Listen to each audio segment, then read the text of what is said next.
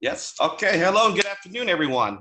Welcome to our webinar, Management Roadmaps for Success, Family Businesses and SMEs in Vietnam, brought to you by RMIT, more specifically brought to you by RMIT's management departments. So if you guys are ready to begin our little journey here, click on your reaction there and give us some thumbs up and we will begin.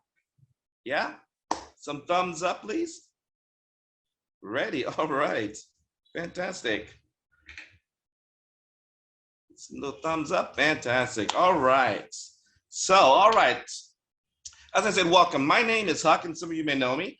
I'm a lecturer here at RMIT, and I'll be your MC for this afternoon's webinar. We are joined by a very distinguished and very unique panel today for our discussion on family businesses and how to thrive and grow for success. Yes? So from the academic side here, we have Antoine Bouffield. He's another lecturer here from RMIT, as well as Dr. Burkhardt, our senior program manager. And along with me, we'll be guiding you through this journey of learning and growing your family business here in Vietnam.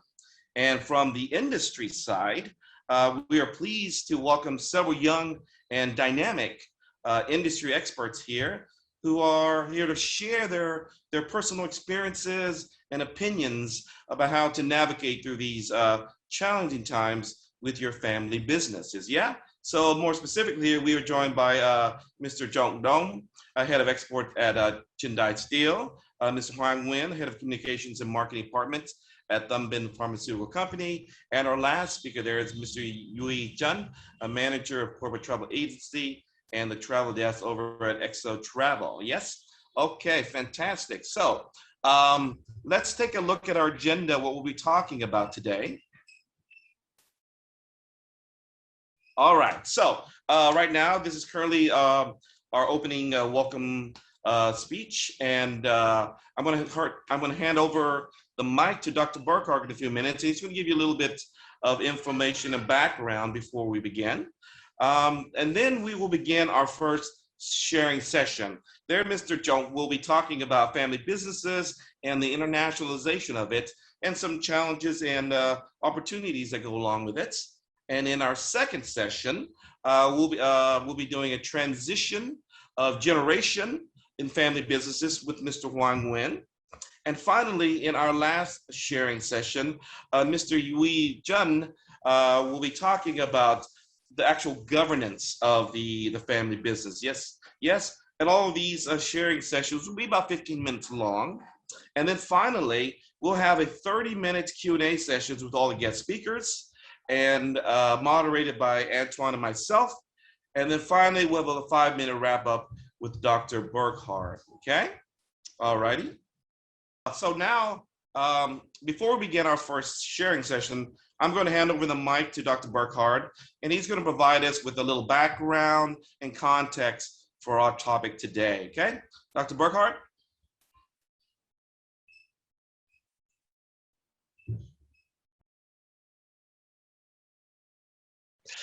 Thank you, Hook, for the introduction. My name is Burkhardt. I'm a senior lecturer at RMIT. My research is pretty much thinking about why is it that some companies are doing really well and some companies are not doing well, right? Sort of like, what are the kind of decisions behind success in firms? But I'm particularly thrilled to kind of offer this platform today here for the audience, because the topic of family enterprises and smaller enterprises is a topic that perhaps is a little bit underlooked, and it's underlooked in particular for Vietnam, because as we probably know, a large percentage of the companies in Vietnam are SMEs and family companies.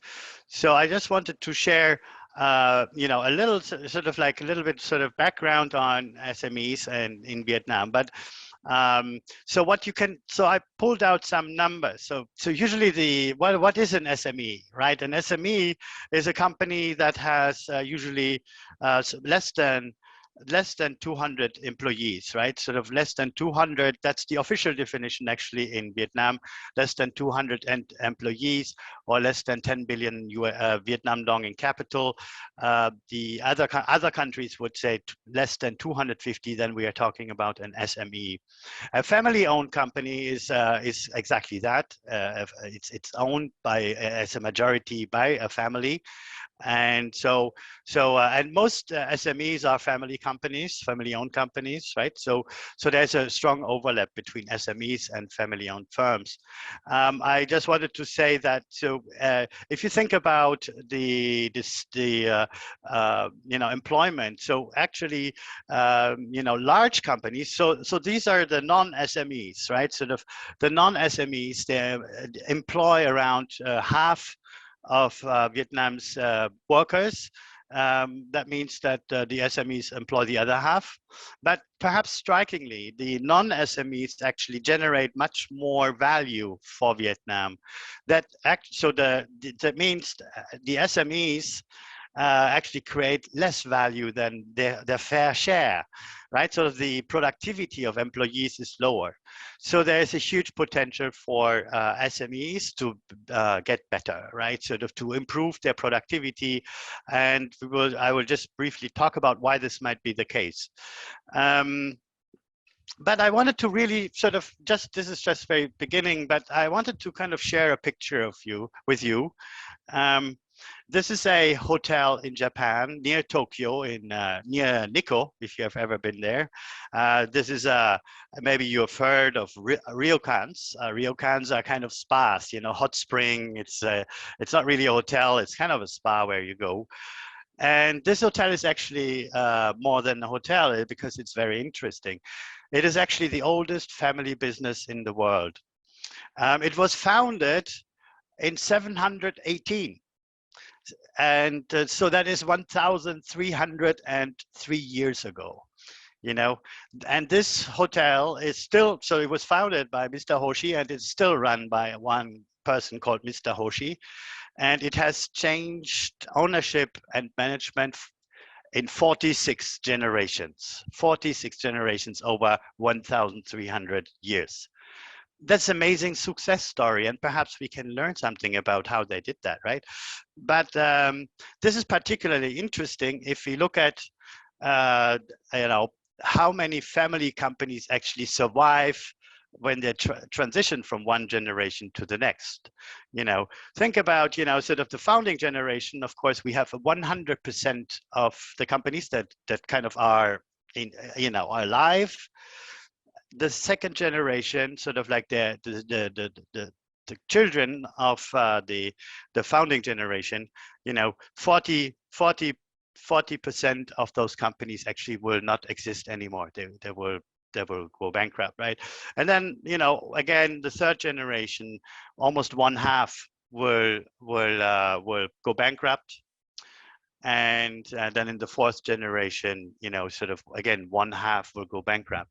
So almost like every generation, one half of family companies go bankrupt. And why is that the case, right? So perhaps before why, I just wanted to point out, I added here pictures of Germany's. I am from Germany, Germany's oldest family-owned company, and probably it's a company that makes pencils, and probably you have used their products. It's called Faber-Castell. This company is now in the 9th generation, so 9th time they have done the transition of ownership across generations. This is how they made pencils around 250 years ago when they started out to make pencils. An interesting fact, their big innovation was to make a pencil that actually had sort of, before, pencils were round and they're rolled away from the table.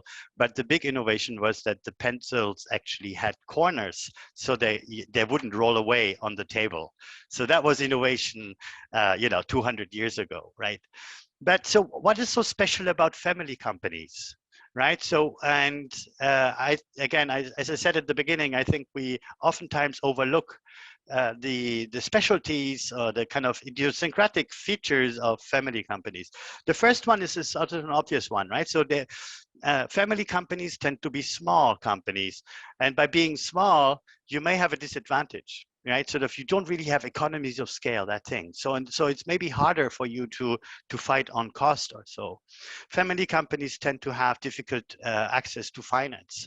So if you want to finance a new factory, right? So you can go back to maybe the bank doesn't give you a loan and the family members don't have the money. So it's sort of expansion of family companies is a bit more difficult.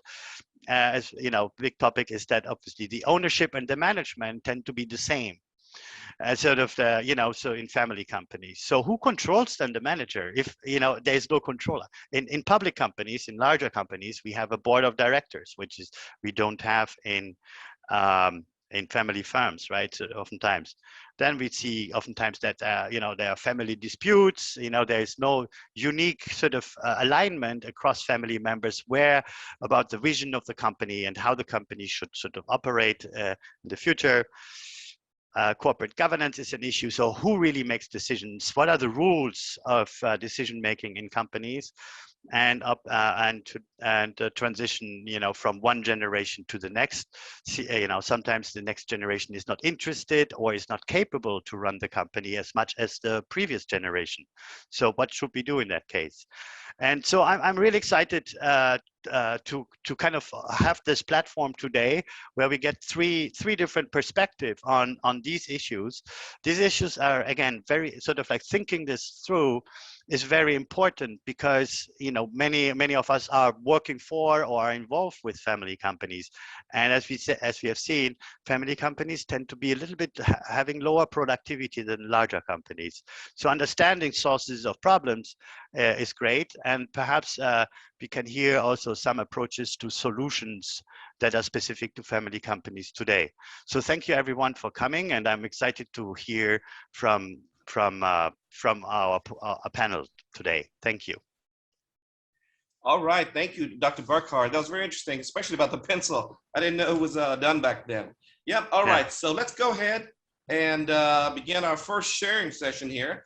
But before we begin, if you guys have any questions, please either hold off on asking these questions and type them in the comment section. Either when you have the question, type them in the comment section, or hold off till the end of the wait for the Q&A, then type your question in at that time, okay? So please do that for us. So now we would like to welcome Mr. Trong Dong, Head of Export at 𝐸𝐸𝐿 Steel. Now, before I begin, he's actually a diehard engineer with a professional background in software tech, medical devices, steel manufacturing. He spent 10 plus years studying in the States and then working in the medical device industry, yes? And in 2015, he founded 𝐸𝐸𝐞𝐚𝐤𝐞𝐫𝐸, offering high HR tech solutions for Fortune 500 industries and Chindai Steel Technology. So let's give a warm welcome to Mr. Trong. Mr. Trong. Yeah, thank you, Mr. Hook. Can you guys hear me well? Yes, we can. All right. So I would like to start off and say thank you to the RMIT team to really put together this sharing sessions. And today I'm going to spend a little bit of time kind of telling my own personal story. How did I get involved in this family business, 𝐸𝐸𝐞𝐚𝐤𝐞𝐫𝐸 Industrial. Let's see. Now, for some of you may not know, 𝐸𝐸𝐞𝐚𝐤𝐞𝐫𝐸 was founded back in 2000 by my father, his brother, and two of their friends. And then 5 years down the road, the founders decided to spin off and kind of open up their own businesses, which also have been very successful, including 𝐸𝐸𝐷 Nam Kim Steel in the southern, and 𝐸𝐸𝐷 Minh Ngọc, while my father continued his own journey, growing his own company, 𝐸𝐸𝐞𝐚𝐤𝐞𝐫𝐸 in the north. Our factory and commercial office are all in the Northern Territory, which is approximately about an hour away from Hanoi. And over the last 20 years, we've been mainly producing this galvanized steel coil. I'm trying to get my control with the slide here. Oh, there we go. So we're offering, producing and manufacture and offering the steel coils product. And another flagship product is steel pipe, which are mainly sold for the steel trader and fabricators. In Hanoi area alone, we have about 30% of market share. So speaking of the SME business, we probably no longer in that group, but I think it's a good story to kind of tell you how we get there. Last but not least, this is the these are finished products. This is really where I mainly add value since I returned to Vietnam, and basically I leverage the raw material produced by my father's factories, and I fabricate them to finished goods, which then exported to Australia and US. And some of you may wonder, like, why would I focus on exporting? I think this would be very beneficial to show you the next two slides. Okay, so the picture really said all. Over the last probably decade, there's a number of bilateral FTA has been cited between Vietnam and many countries. Now, to keep it short, and what it really means is that Vietnamese business will be able to take advantage of like low tax and tariff when exporting. We also have a very big opportunity to shift away from exporting the low tech and low value goods to more complex and goods for end user. And in the last opportunity that happened recently since 2018 is the trade war between US and China. And to no one's surprise, the effect was super significant, right? In Vietnam in particular, you see in slide here, we profit the most from the fact that many US companies are now diversify their supply chain to reduce dependency on China. Now with all of that, right, macro global things, you can see that the timing was perfectly right for me to return home in 2016 and kind of help my family business transform it internationally.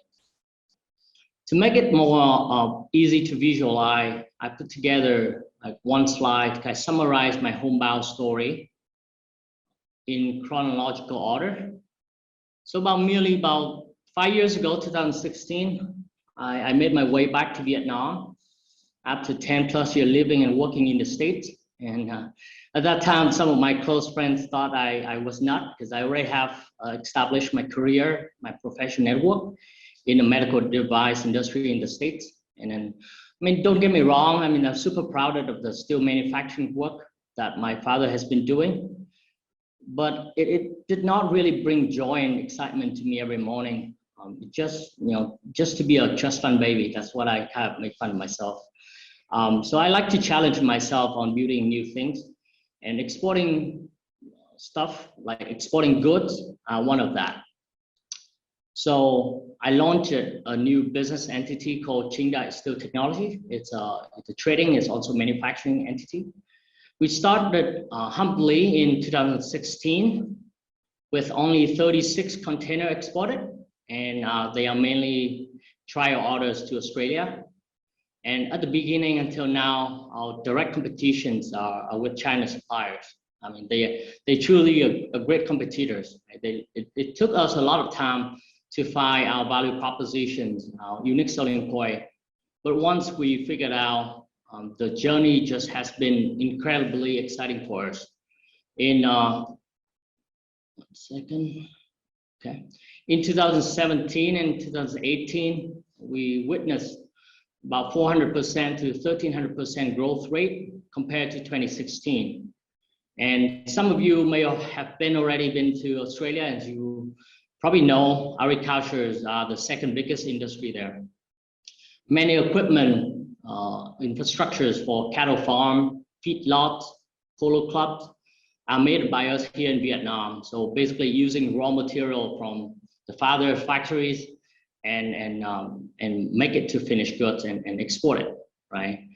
In 2019, if you guys remember, so here's some of the photos of the cattle farm and feedlots and polo clubs in Adelaide and feedlots in Wagga Wagga area in mid of Australia. In 2019 was a very rough year. Australia experienced the severe, probably the worst drought in their record. So we struggled pretty bad in this market. But at the same time, we fortunately managed to penetrate the new markets especially in North America, and especially in the United States, where it helped us to keep up with the momentum. Now with 2020 and this year's, it has been mixed with a lot of challenges and opportunities. When the COVID first started in 2020, it has impacted just so many competitors in China.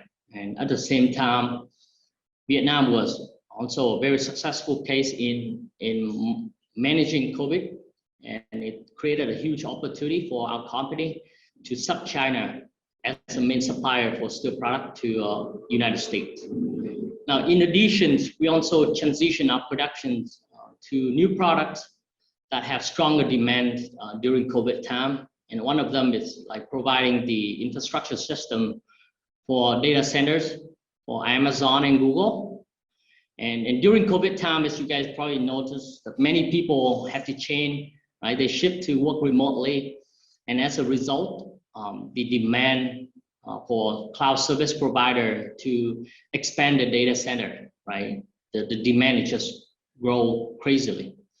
So we were very fortunate to catch this wave and became alternative supplier for this tech giant.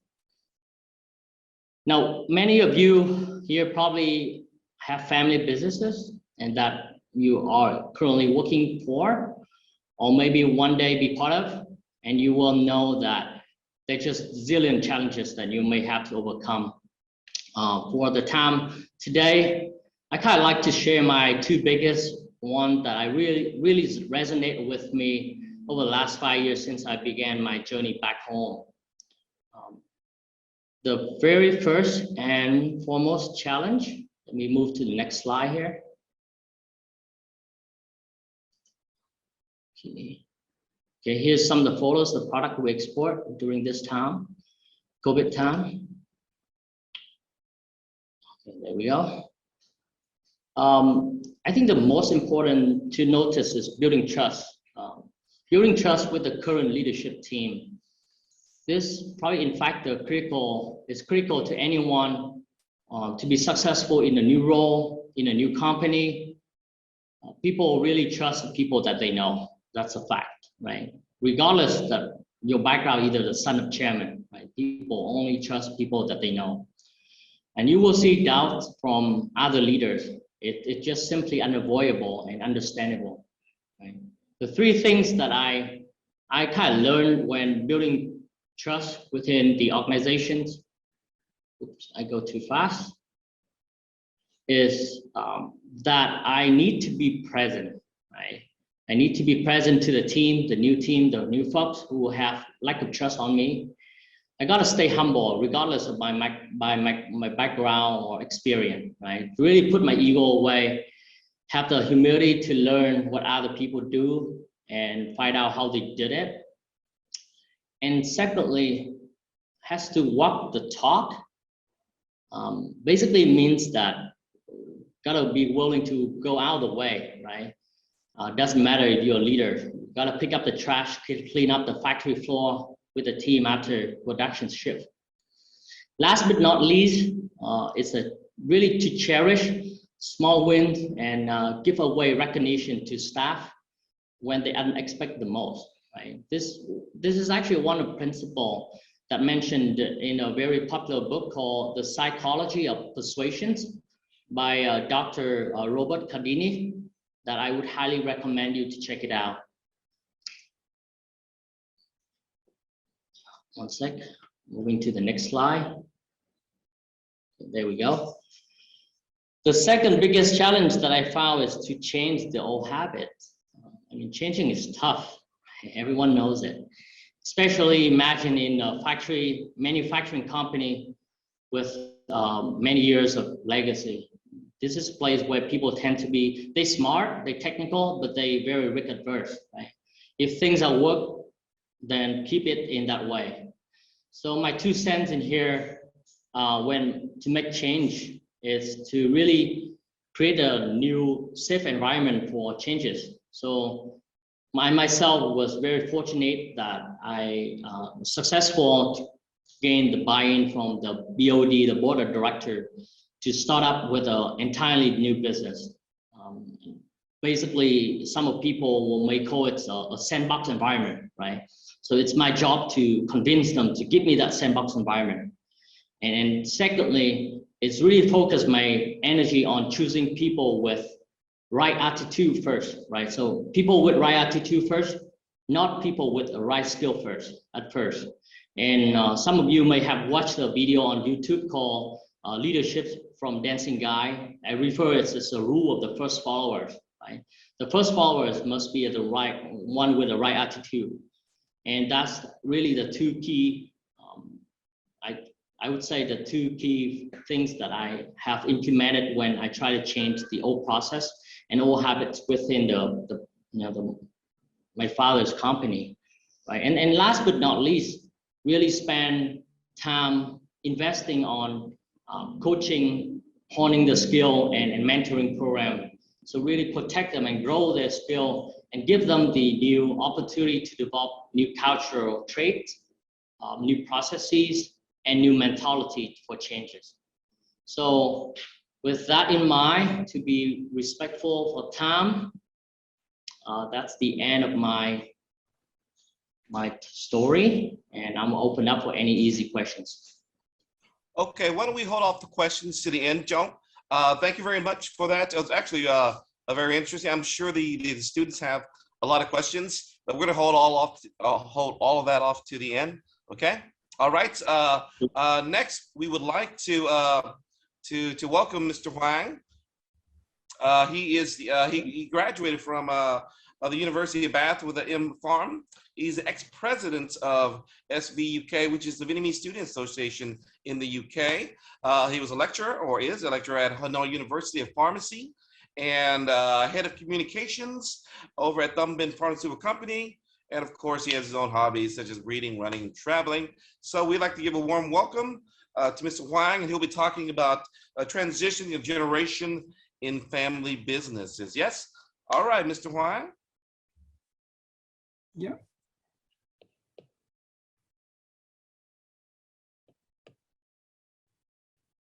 Yeah, okay, so today, first of all, I would like to say thank to the RMIT team for inviting me to this platform. And today I want to talk about the transition of generation in family business. So some of the not all of the difficulties in here come from my experience. Some of them I heard from my friends, or some of them I collect when doing research. But I think I will try to share with you very quickly. To be honest, it's just scratch the surface. But I'm sure when you have more experience and when you getting into your own business, you will see this may happen to you as well. So yeah, can you please go next? Yeah, so this is quickly about me. So I'm Hoang, and I graduated M.Pharm at the University of Bath in the UK.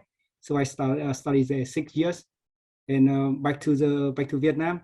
So now I'm the lecturer at the Hanoi University of Pharmacy, and also I'm the head of communication at Binh Pharmaceutical Company. So for my experience, I didn't work at other corporate before I go back to the family.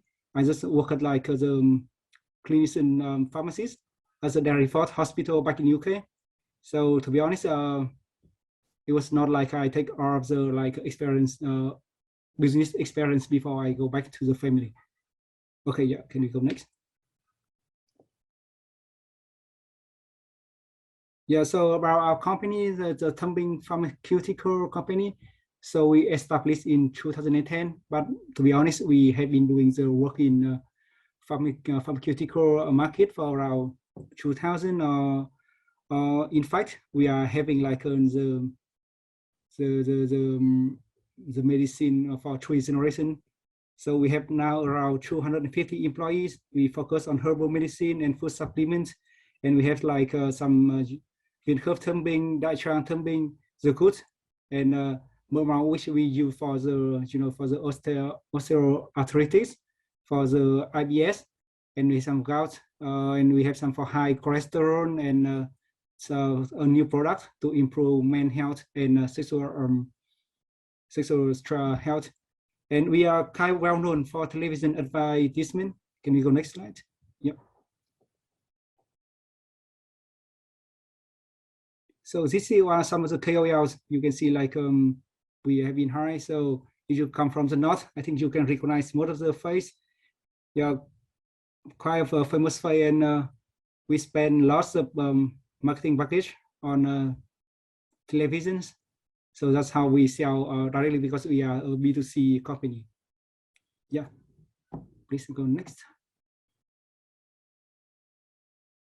So today, today I'm gonna have a look at the transition of generation in family business, as like some difficulties you can arise from the founder, from the second generation, from the team, the employees, and some may arise from the family discord. And so why this is important? Because I think most of the parents, especially in Asian, we want their children to continue the successions, but like not everyone can be successful, because of many difficulties can arise in to challenge you. So today I want to give you an overview. Yeah. So we'll go to the next slide. Yeah, for the founder, of course, they are the one who build up the company. They have the biggest voice. They have the centralized power. Most of in the family business. So we don't have like a full board like for other company. Like we have different voice to say like this should not be done or this should be done. So normally it's the voice of one person. So when we're talking about the transition, we have to talk about the willingness to give up power. Are they ready to give up power? Because you have to say like this company, the ones they built, as I mean, like they're proud, and this is how they get recognized. So some people will get difficult to like, oh, I'm giving up, and I may not be like not that important to this company as well. They have the fear of being left out. So they fear that like by saying that you can be successful, so they are not that important anymore. So this could be very difficult when you try to talk and try to deal with the founder in the way of things. And we have like the different in the ownership and leadership and management. So for most Vietnamese family business, the founder are not really like have been educated in economics. Most of them are like from technician, and they fire weight. Of course, they are great at that, and they make it happen. But then they are not really the experience. They don't have the, sometimes when it goes too big, they don't have, to be honest, the necessary leadership skill. So, and they think they have, because they have our voice. So because they own all the share. So the leading story could be very difficult to deal with when you are the one to take charge. And for Asian rise, some problem I see, and I'm also experienced now, like the overprotection, both to the children and the company. They are afraid you will make something new, and so they will, so you will fall, and the company will fall as well. So they prefer to keep it safe. So both you, the second generation, and the company will be safe. So if you have new idea, you have like, yes, I have we must like invest in this idea, or it takes a lot of time to try to explain, to persuade them to follow you. So yep, can you go next? So for the second generation, so I think, yeah, it's just a fun picture, but like some of you are like, oh, when other people heard about like second generation, they think, oh, they are the hair, they look fancy in the new suits. But for me, I think, to be honest, the second, yes, next one, the second generation, you have to work very hard. Sometimes you have to work much harder than other people, than other employees. It's not just like you have fancy suit and you driving like fancy car every time. So yeah, there's some quick thoughts on the second generation. So we have the objective. So what are the your objective? So for the first generation, it could be like money. So yeah, they have the chance, they have to like make a better living for their families and for themselves. But for the second generation, most of us like, yeah, most of you like who studying as a RMIT are like consider like much more lucky than as the average Vietnamese people. And so money might not be like that big a problem. So what can be like your objection? Do you want to do it because of your parents? They want you to follow their step, or because you want to like prove yourself? So you're just not a shadow of your parents. So it depends on you. So the second thing is your passion. Do you really want to do this? Or do you want to do something different? Because to be honest, you have the choice. You don't have, oh yeah, I have to come back, I have to work this one. You can work everywhere. You can work in like fashion. You can work like, you can just travel, be a travel blogger. To be honest, you can be everything. But like, yeah, is this your passion, or will you like work at a company and you feel like, no, I don't like it. I feel like I'm being like in prison like every day. I have to like go to work every day. Why can't I just go enjoy life? So that's depend on you as well. So the expectation is from two ways, like the expectation from your parents and what's your expectation to get from the company. What did you get if you like can make the company bigger? So that's some kind of thought. So how do you, the next thing, like how do you integrate with company culture? Culture is obviously like being generated by the leader. So company culture follows the leaders. So with the trend of the leader, there had to be a trend of the culture. And if you're working as a company, when your parents still in charge, you have to follow the company cultures. But to be honest, it could be different between you and the culture, because like you have different education, you have different, you come from different generation. Like for most of you, I would say like you are 2000 something. So you are then millionaires, then Z, I would say. So it would be much different like than me. We are like, I'm from like the 90s generation, and it would be much different than your parents' generation. So it could be potential for a lot of conflict and difficult here.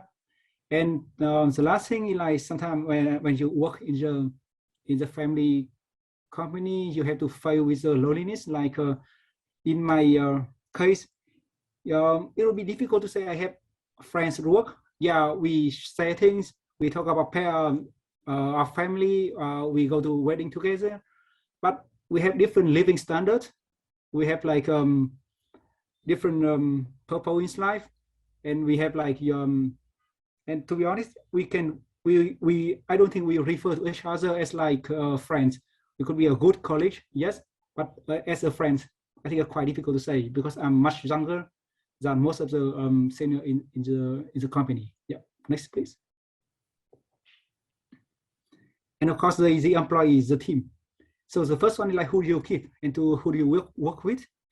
The question of new team or old team, it always arises because the old team, they, as I mentioned before, they have different culture, different thinking, different styles because they are chosen by your parents, not you. But if you want to have your team, you have to be with from the start. And where do you put it in? It could be very difficult. Because if you want to put someone new in, you have to kick someone out. So who do you kick? Yeah, someone's much more senior than you. That's not easy. Yeah, easier said than done. Yeah, so that's a very big and difficult questions. So you have to work with like employee discontent and the recognition and respect, because I would say like most of us when we go to the company, we will rise much quicker. We rise to the management team, and for some employees, they can work at the company for 5 years and 10 years, and they still like just stay as a middle. And you have to prove to them like why you are better, why you deserve to stay as this place. So if you stay at this place only because you are the child of your parents, yeah, you don't have the respect they need. And sometimes it's very difficult for you to say like you have to do this, you have to do that. they have tons of reason to say, no, this will not happen, this is wrong, this is not true, this will fail. Yeah, so you have to show them like, yeah, I'm here and I can do it. So you have to work to gain the respect. And sometimes, yeah, you have to face some people, some employees will be discontent because, you know they cannot reach the highest place. So yeah, they're not happy, and we have like a high turnover rate of employees. So that's one problem you may have to look for. Yeah, can we go next? Yeah, of course, we have the family Discord. Yeah, family business. So can get away with the Discord. So the first one is like multiple children involved. This one I haven't experienced myself because I have one younger sister and she's still working in the UK.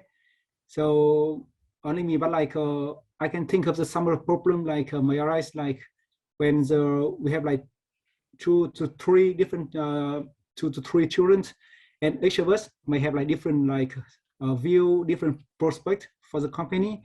And also when the parent choose the second child or the third child as a leader, this could be a problem in a family business as well, especially in Asian culture. So I just put it on a like example of this one from the Lotte.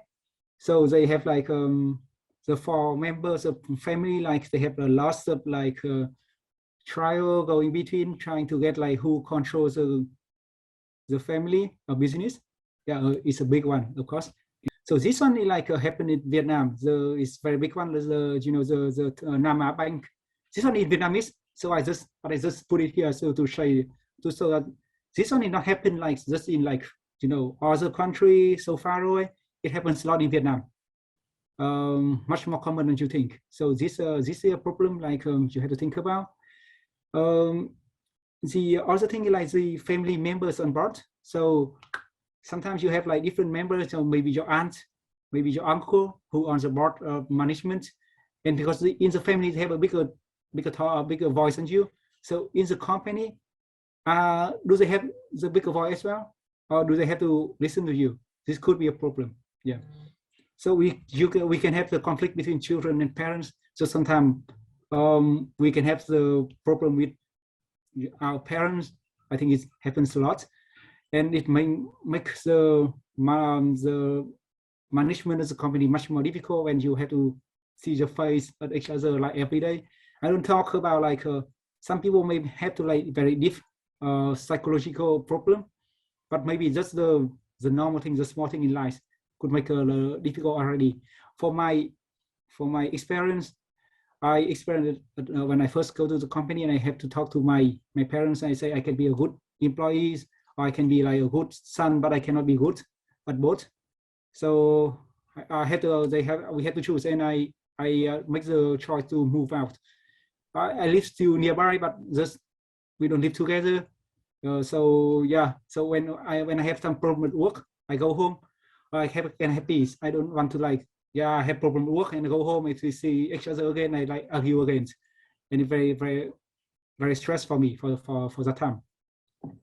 So yeah, of course you can make the company matter into the personal matter. You can make the personal matter into company matter. Yeah. The last thing is like the family atmosphere. So some people don't like the fact that you work in the family for the same company. The whole topic of the day would be like what happened in the company. You see each other at, I would say, like breakfast. You go to work and you have lunch together, and you go to dinner. You see each other, and still the same question about like what's the company, how it's going today. So could be like problem for lots of people. And for this one, I would say like it's happened to almost every senior citizen I talk to. Even for the biggest one, we have like the owner of the number one, the Tân Hiệp Phát, very famous for number one Dr. Tank. They have three children, and the two daughter work for the father, but the last child, the son, she doesn't work to his father. He worked as a branch at first, but then he just left, and he say he cannot work together. So it happens a lot, and I think it depends on both from the founder and the secretary to have the talk, to be like open to solve the problem. Yeah, that's all for me today. Yeah, thank you. Okay, thank you very much, Mr. Hoang. Very, very interesting stuff there with the family, the personal issues, and how that coincides with business matters. Yes. All right. I'm sure that the students have a lot of questions for you guys, but let's proceed on to our last speaker. Our last speaker is Mr. 𝐬𝐩𝐞𝐚𝐤𝐞𝐫𝐬, and he has a Master of Science in Tourism Hospitality. He is currently the manager over at 𝐬𝐩𝐞𝐚𝐤𝐞𝐫𝐬 Travel. He's also the chairman and CEO of the Otis Hotel, and actually a member of the board members over Long High Securities. Let's give a warm welcome to Mr. 𝐬𝐸. Mr. 𝐬𝐸. Hi guys, yeah, thank you all for inviting me today. And so I have a chance to share with you guys a little bit about my journey. Okay. So it's established in 1993 and it's the first inbound travel company in Vietnam. So inbound travel is the guests coming from outside Vietnam to Vietnam, and especially from France at the time. So until now, we have achieved 16 years, ranked top 2nd in Vietnam from the official Vietnam Tourism Board. And we have over 1,200 employees in operating office in 9 Asia countries. As you can see, Vietnam, Laos, Thailand, Myanmar. And it's opened in 1993 in Vietnam. And we do have a sales office all around the main cities, like in the world, like Paris, London, Rome, LA. And this is a picture of showing about like 500 of our member in ESSO member in Phuket, Thailand, celebrating the 25 years of ESSO. And it's not 1,200 because it's only at a time for the celebrate 25 years, we only can only the managers level and the people that working for us over 5 years can join us at a time. So it's about like 500. And we always do the travel responsible. So we respect the culture, the people, and the environment as always. You know, we protect the travel business. So this is my journey, like how I get into ESSO. So as I grow, I have a very different perspective about the travel industry since a kid. But a big lesson I learned and really appreciate from my dad that he had never told me to learn the travel business. Or you know, he never made a big impression about this business that may indirectly guide me to love it and to choose a family business as a career path. So as I slowly traveling, I see that it's colorful. I mean, the travel is beautiful, you know, like you can try a lot of different kind of food, you experience many super nice places, you meet amazing people, and you always try a new adventurous things continuous along the way. So that makes you think you love the travel, to do the travel, but you know, like that's a two different thing. Loving the travel and working in the travel business is a different thing. So please do not mistake your family business and what you love doing in life is the same. That's the two different things. So I decided and I graduated in finance for the BA in the US because I think, you know, everything we do in life, we need a right financial plan. So that's why I choose my BA in US for finance. So after several years, you know, of working in the different companies and 2 years in the travel business, not as a, I have strongly confirmed that I love working in the industry. So I decided to go back to the state and for my master's degree in Florida at the time, specialized in travel and hospitality. Then begin my journey in EXO in 2015.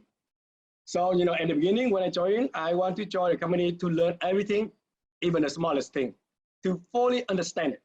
But joining the company even as an entry-level staff, my colleague knew my background and they came a minimum distance from with me. So with the belief, you know, like you cannot make a success alone. I opened myself up. I initiate the friendship by joining lunch, social event, sharing, supporting other as members. And the other, they begin to help and support and share the experience and many other small things with me back that have speed up the process.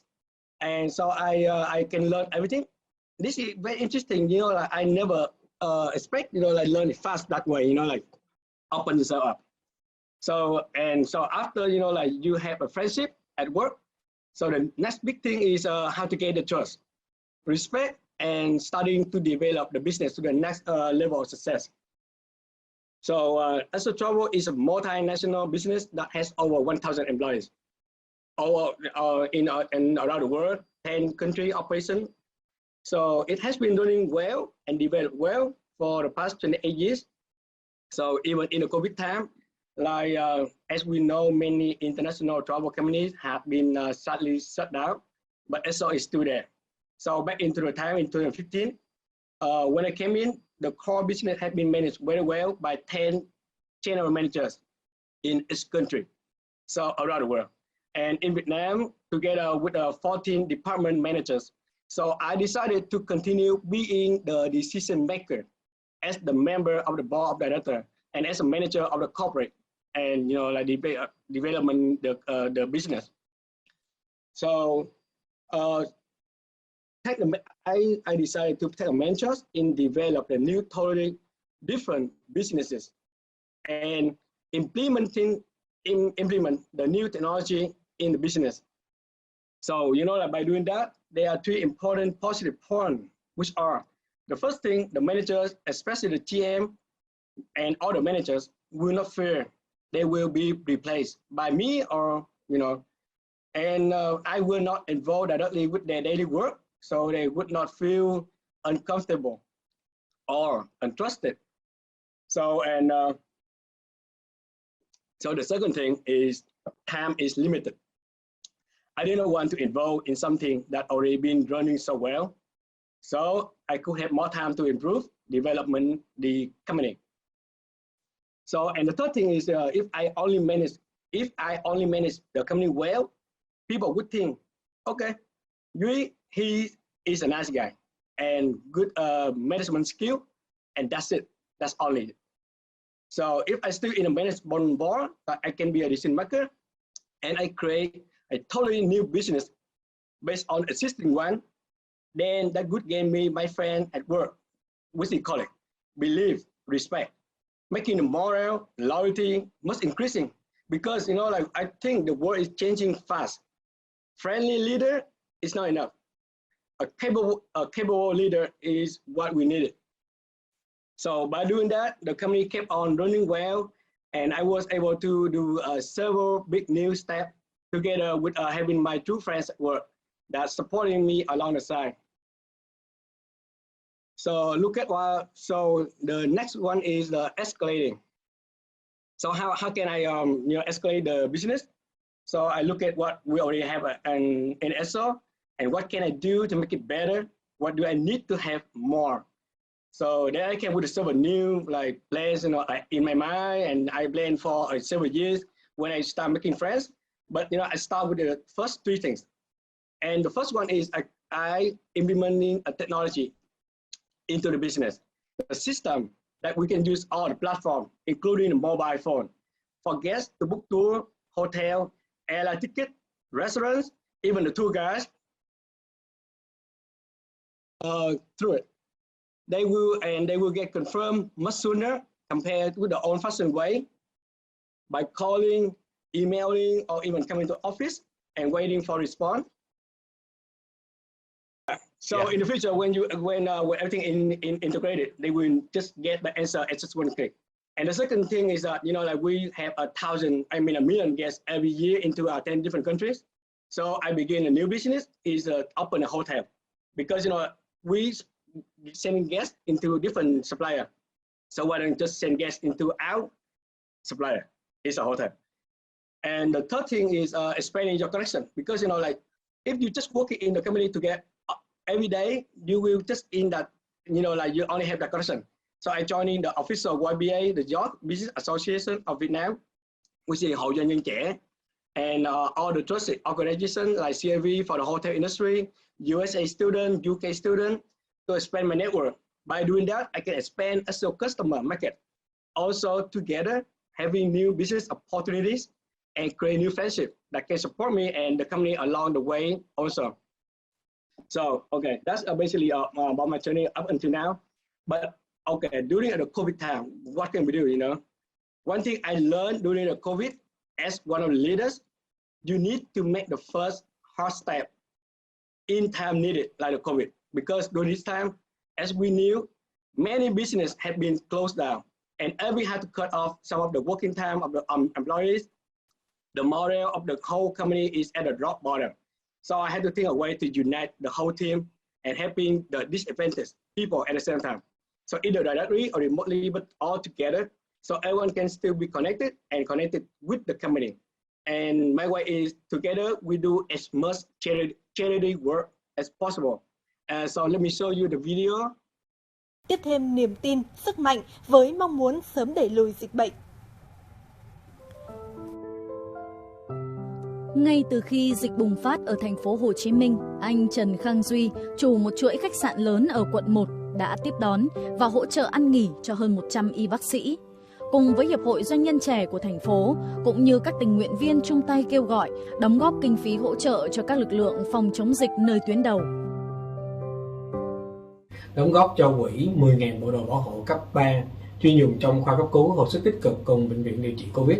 Được sự góp sức vô cùng nhiệt tình của anh chị em bạn bè, gia đình trong và ngoài nước, quỹ đã tiếp nhận được 460 triệu đồng và đã gửi đến anh chị chiến sĩ y tế tại 13 bệnh viện tuyến cuối cùng một số bệnh viện dã chiến.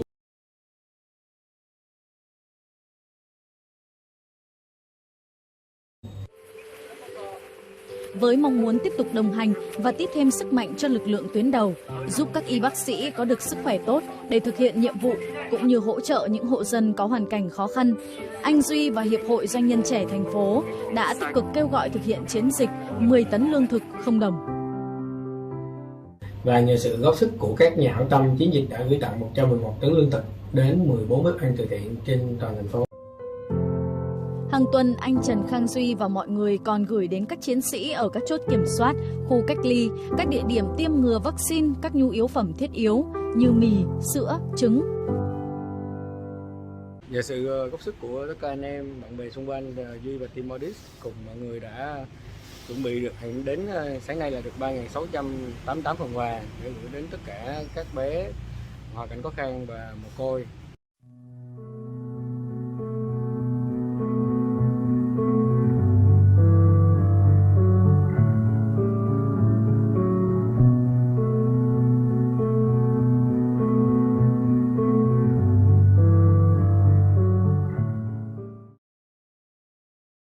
Trước tiên thì mình thành tập đoàn về cảm ơn khách sạn này.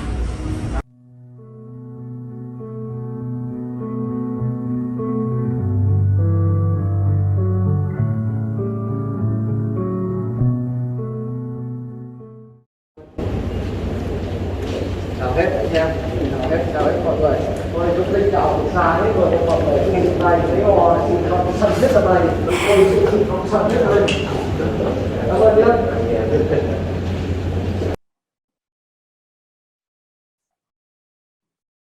Yeah, and so basically that's it. And so during the last 6 months, everyone at the audit have worked as so members that can contribute, you know, like not go together. I mean, like we all have together fight the COVID and having a committee at the same time. So our spirit, the whole committee, like 3 different committees, is always up and ready, you know, when back to normal. All right, so thank you guys. So that will be it. Okay. Thank you, Mr. Yue. That was very interesting. Thank you for sharing your personal experience and journey with us. It's very, very interesting.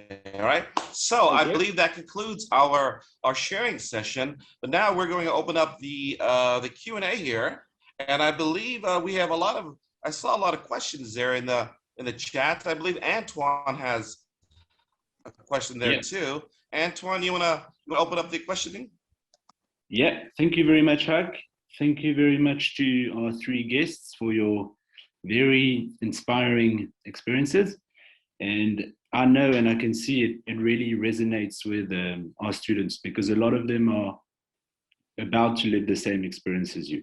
So I have a few questions, mainly asking you for recommendations. As you can see in the comment box, we've had a few comments from students asking for your advice, rather than specific question, advice for their own case. So my first question would be to Mr. Trong from Chindai Company.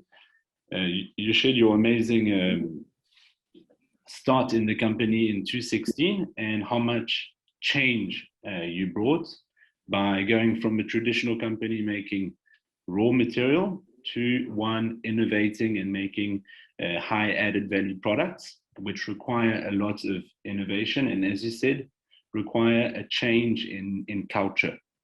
Okay, so what I'd like for you to explain is how did you manage to operate that change in culture without getting into a clash with the previous generation and avoiding this resistance to change, which we often get in an old company like Chinh, like as 20 years in Vietnam is actually an old company in Vietnam.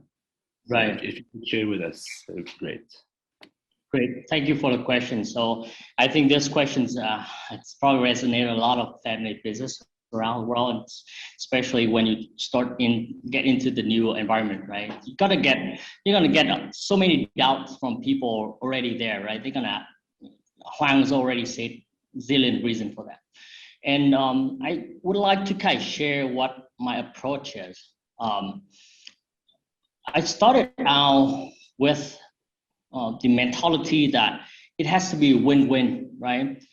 If I approach with the past generation, there must be a reason why they don't want us to innovate or change the way that it's supposed to be. So it started with really about negotiations with the board of directors. Say, well, if you give me 2 employees, so actually I started out with 2 factories worker. So I borrowed 2 factory worker and about like 10 square meters of space.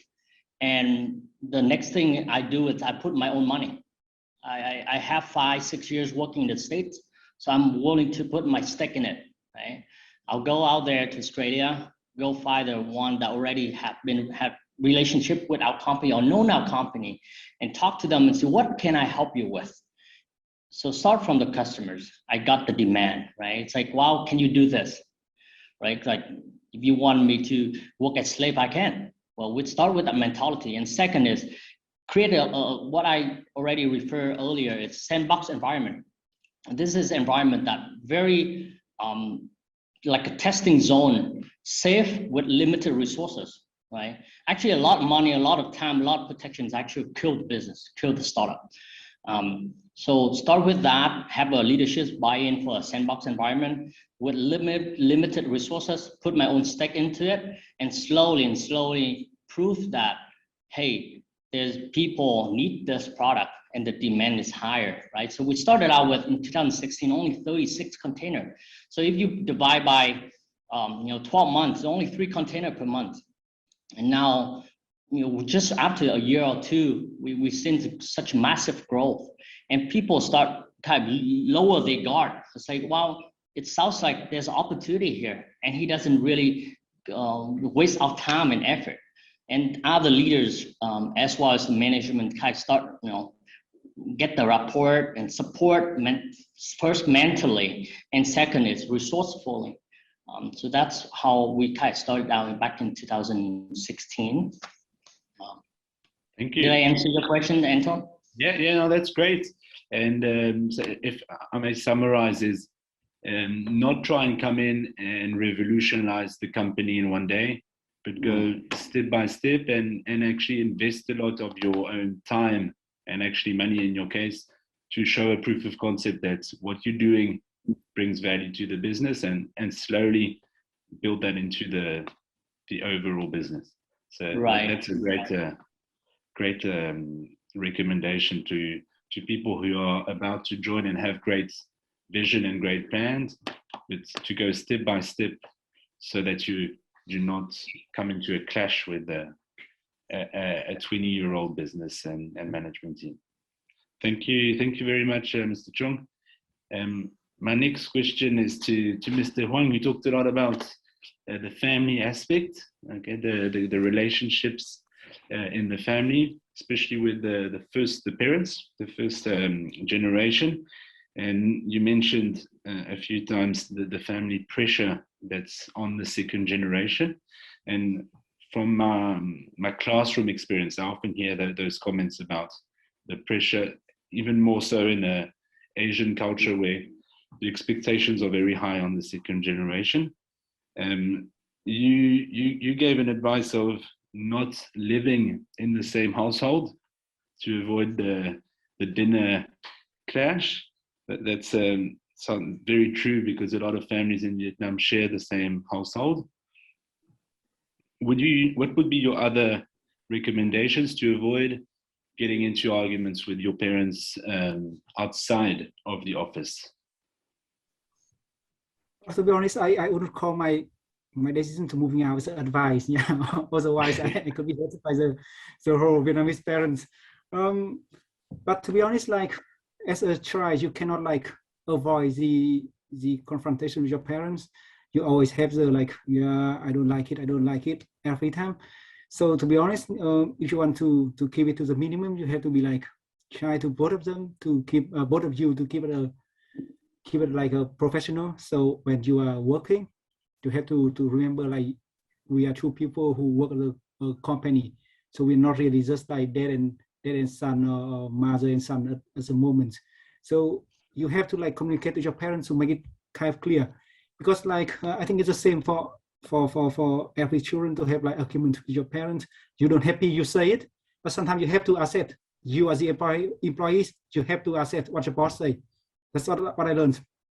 You cannot argue every time, because when you argue time, it's like the argument become bigger and bigger, and it become like for both sides, and you like I have to listen to this. But you have to understand when you work for your parents, you are employees, and sometimes you have to accept you don't like your boss, but you have to do what your boss say. You have to accept it. And because I see one question like say what's difficult when I inherit the company. I just want to make sure like make it clear. I'm not inheriting the company yet. I'm working for the company. So this like shooting I make it very clear. So when you're working for the boss, yeah, you can have argued. Sometimes you don't really like it, but you have to like say you have to accept what the boss says. Okay, thank you. So setting the boundaries very clearly that you are an employee and you're not the son or the spoiled kid who is very casual. So you make it very clear, and at work you're staying very professional and an employee and accepting that position in the hierarchy. Thank you very much, Hoang. One more question, and then we'll look at the many questions we got from our audience. For Mr. 𝐬𝐤𝐞𝐚𝐤𝐿, sorry. For you, because you remind when you were talking about 𝐬𝐤𝐞𝐚𝐤𝐿, so actually it's not a small business, as you said. It's a very large company with over 1,000 employees, but still a family business, as Dr. 𝐬𝐤𝐞𝐚𝐿 was explaining at the beginning. And so you explained that your way of integrating the company was to start new initiatives with the new technology and also your COVID initiative.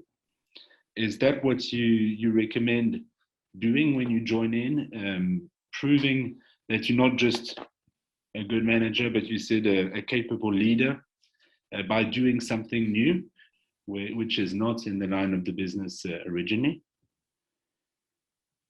Would that be your recommendations to people taking over, especially in your case where you were not involved in the business before?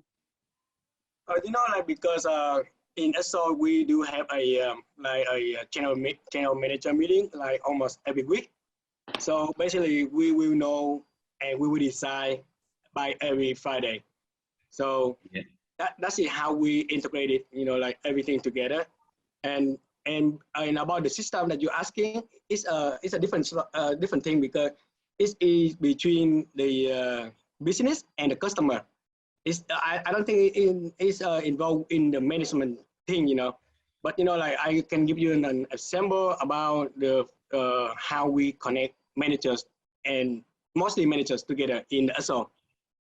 You know, like by the time when I come in, because you know, like I told you, I not involved like daily operation, but mostly the key, you know, like key points thing during on Friday. So if the operation has been already working great, and whoever not working great, of course we have to replace it. So that is that's one of the key the decision thing on Friday. So I care about the result. You know, we care about the result, the SWOD, and the KPI that we set together for each individual managers. So by the time I come in, I change a little bit of that.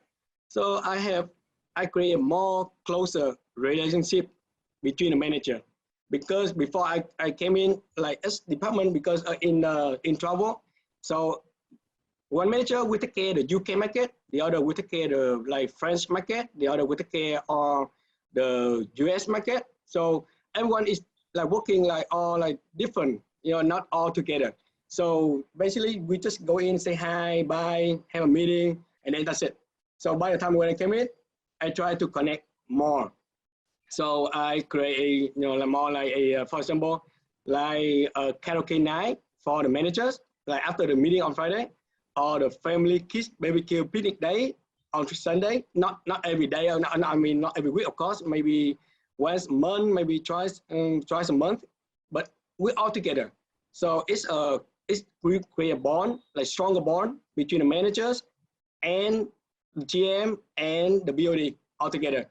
So that's a good thing, because we share more things beyond the basic work, and that is when, you know, like this manager can support the other manager.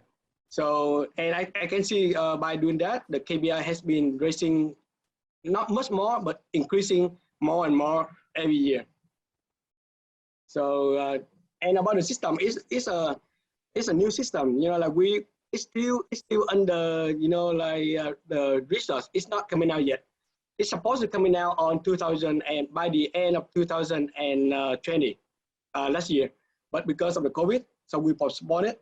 That's the system gonna be like, before when you book a tour, you have to like all the way into the past. You have to call it, or you have to walk into the office. Now you email, and you still have wait.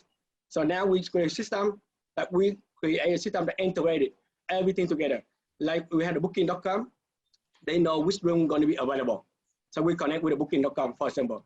So we know that if they have the room available, and then we connect with the restaurants, like if we know if the seat is available, and we connect with the like the transportation, like if we know that car is available, and we even try to create a integrated system with the tour guide, like we have a ranking, like this tour guide like 5-star, 4-star, so the customer can book that tour guide, but just one click, and the customer gonna know like if everything is available for them. So that's what we were doing. And thank you. Yeah. Thank you very much. Just want to come back on what you were saying earlier, is that you recommend building stronger relationships and bonding with managers at first, rather than just the pure KPIs, and which, as you said later, leads to higher results and higher performance. So thank you very much to the three of you, and we have 8 minutes left to go through a few of the audience's questions. So how could you choose one or two, and we can absolutely ask? I'm actually looking at a few of these I would like to ask, but I'll narrow it down to about 2 or 3. Yeah, Hui-Jun actually asked the first one. It's actually really interesting, and I think perhaps it's legal. Perhaps one of you three could possibly answer it. Hui asked, should family businesses change their ownership structure to last longer? And what are the alternative solutions to this problem, if there are any? Yes, so perhaps based on your experiences about changing I guess the corporate structure, the business structure, would anyone like to address that? Could anyone address that? Perhaps it's a legal question. or perhaps I can share some views of the options at least, right? So yes, I think you should constantly thinking about the ownership structure, right? So what I especially see in Vietnam, where the ownership gets diluted from generation to generation, right? So that might cause a problem. So you have more cooks cooking, right? So one way, there are several ways of thinking about this. So how do you kind of keep a somehow concentrated ownership? One way is actually, rather than giving ownership to the next generation, you kind of give assets. So there, so for example, in Chong's case, we could think about, so one son will get the hotel business, one son gets the travel agent business, so you divide essentially the kind of the assets rather than having an ownership of the whole thing, right? And so everybody can focus on that. That would be one. Another one could be that actually you agree with the owners that there might be two classes of shares, right? So there might be shares that actually have no voting right, because this might be the distant relative who has no interest in the company and no idea what's going on. And so with what we call preferred shares, he may actually get higher dividends, more from the profits, but in exchange he has no rights to vote. So then we can actually concentrate the voting rights among those who actually are very close to the company and manage, right? So then you could also think about sort of for those larger family-owned businesses to actually raise money on the stock market. And so perhaps you sell 10% on the stock market. That enables owners to actually to also sell their shares if they want and get liquidity. But on the other hand, you have suddenly control from outside shareholders, right? So to make sure that you're on the right track. So then, these are just a few options, but I think I think this is very fundamental. It is very fundamental for the long-term survival to get sort of the ownership structure right, because and then again, superseding, even more important is that having very clear rules. If you have a board that supervises the management, right, who can appoint these people on the board, what can they actually decide, and what can the management decide? So there must be very clear rules. This is what we call corporate governance, right? And I would even encourage to seek outside advice from kind of advisors in corporate governance on this, because this is fundamental for the survival of the firm. So this is a little bit from an academic perspective. All right, thank you, Burkhard. Yeah, I can imagine there's a lot of complexities there, but obviously needed for future growth. Yes, I have one last question I'd like to ask, but it's really long, so I'm just going to summarize it. Okay, guys? This is from Yun Fan, and she has a very, very interesting question. Maybe it's a he, I'm not sure. But this student has a family business for 20 years, and there are a lot of key people in the organization, but they have a low educational background, and he or she is constantly trying to upgrade their background to try to expand and uplift the organization. But every time she brings it up, there seems to be a lot of animosity about them taking classes or even finishing any kind of certification. So the problem here we have old school employees who have a fairly important role in the organization, but she believes, she's also with the organization, she believes they need to upgrade their skills and knowledge. How would you guys recommend that Nguyen and she handle this type of issue? Yes, anyone?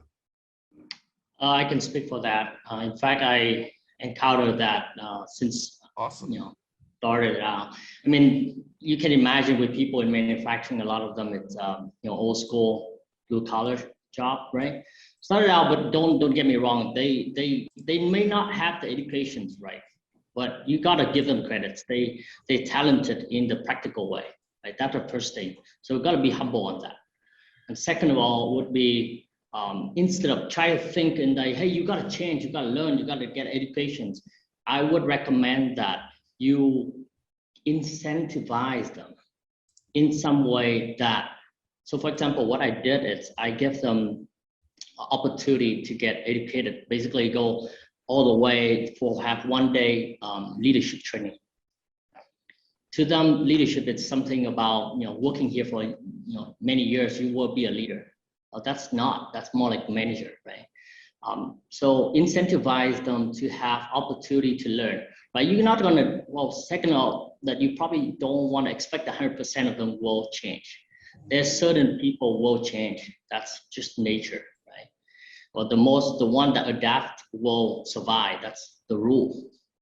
Find the one that willing to be adapt, to willing to change and adapt, and then give them the environment, this incentive to changes, and become your, the first follower, the second follower, and then once the momentum, get tractions, the rest of them will follow. Trust me, they will follow. They just a little bit, what I call it's afraid of change, fear of loss, right? So I hope those, two kind of penny, feedback or advice will help you to engage with them. So think of all of them. It's like you guys got all the talents, right? The education's from experience, real life experience, and be humble and kind of start from there. Okay, thank you very much, Joe. We are going to wrap it up very soon, but before we leave, could I just get one piece of golden nuggets from each one of our guest speaker today? If you had to say something, give them one piece of golden nuggets in one sentence, what would you tell our students and our viewers today? What could they at least take away one important key point today? Anybody? Mm-hmm. Hoang, maybe you can go first.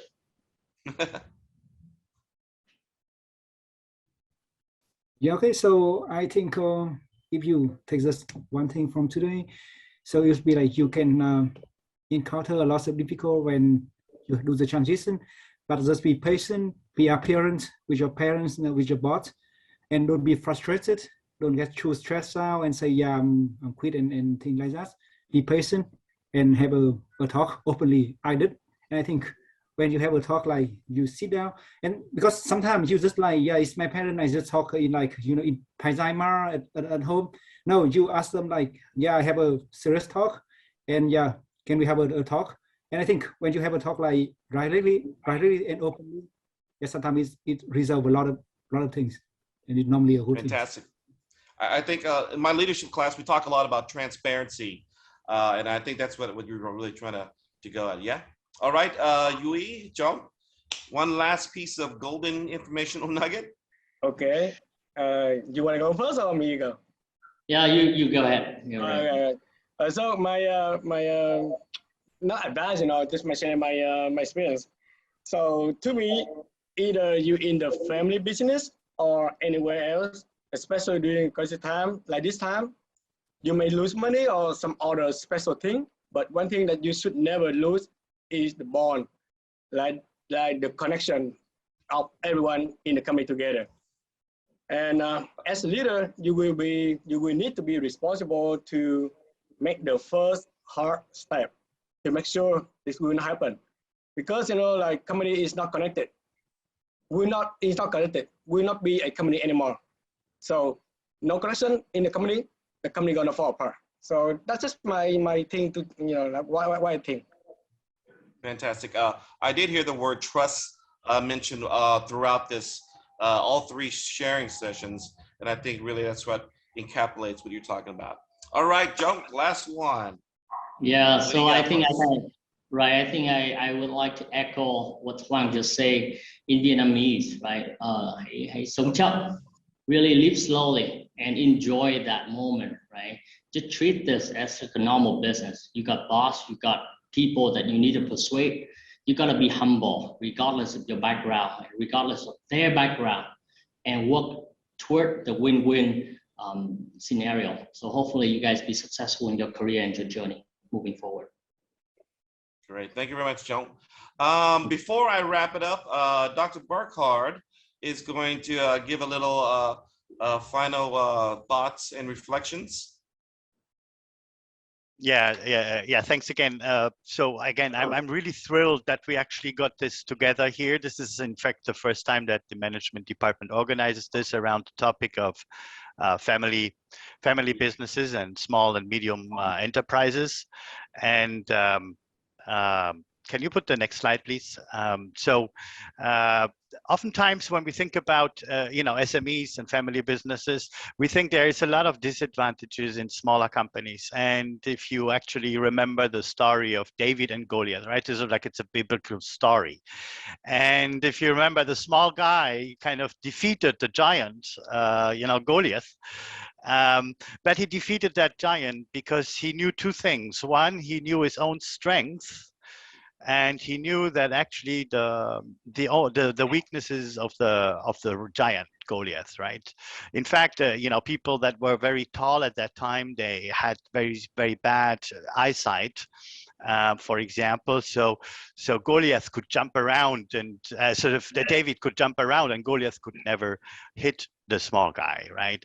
And he had a much stronger weapon, the slingshot, which was one of the strongest weapons at the time, much better than that big ball that Goliath had, right? So and I think this is a good analogy because we can be very positive about SMEs and family businesses. And I think in the questions I saw also, okay, so how can we fight against those big companies? I think what we have taken away is sort of like know yourself as a company, so if you are becoming a leader in the family companies, know your own weaknesses and strengths, and work on those weaknesses, and know the weaknesses of your perhaps your adversary. Sometimes it's the big companies. I think many of you are already large, but they are larger ones, right? So that they are very not agile, right? Sort of you have the advantage as an SME leader or family business leader to decide much faster than those large companies. You're putting your own money on, you have your own money at stake, right? So you are very credible with your decisions, and this together, I think, makes me very optimistic for the future of Vietnam. Which is again dominated by people like our panel. The economy is run by that partly explains the incredible agility and the great sort of outcomes during the pandemic, even though we had the second wave, but still Vietnam navigated overall as a macro economy the pandemic really well. And that is because we are, the economy is led by agile and young leaders. We now know the second generation. So I think this is an optimistic view of the SMEs. That being said, we raised a number of issues like ownership transition here, like family discord, like how to internationalize and how to sort of reinvent yourself in the new normal. And I think these topics can merit a more deep dive in the future, and we will invite you for, further, for hopefully new get-togethers here as a platform to exchange thoughts on family businesses. So thanks from my side to the panelists as well, and I want to give the word back to 𝐷𝐸𝐻. Thank you. All right, thank you, Dr. 𝐷𝐸𝐻. All right, guys, we're at the conclusion here, and of course, we here at RMIT would like to thank all of you guys for attending, but a special thank you, of course, to Mr. Trong, to Mr. Hoang, and Mr. 𝐬𝐩𝐞𝐚𝐤𝐞𝐫𝐬 for taking their time out of their busy schedule to come and share with us their experiences and their knowledge and the recommendations, of course, all very extremely helpful and informative, and I'm sure we will see them back here at RMIT sometime in the near future for future webinars. And of course, we apologize for not being able to get to everyone's questions there, but if you have questions and you would like to direct it to a certain speaker or maybe one of our academic panel, there's an email account there. Please send your questions there, and we'll do our best to send it forward to the right appropriate speaker or academic panel here. and we'll try to get that answer for you, okay? All right, and of course, last thank you. All of this would not have been possible without our special help from RMIT's Career, Alumni, and Industry departments, and of course, the events team, our professional support team, the industry relations team. It took a lot of people to put this special webinar together, and I hope you guys enjoyed it. And again, one last thank you for all joining us, and good evening, and hopefully we'll see you at the next RMIT webinar, okay? Thank you, guys. Have a good evening, everybody. Thank you. Bye-bye, everybody. Thank you. Yeah.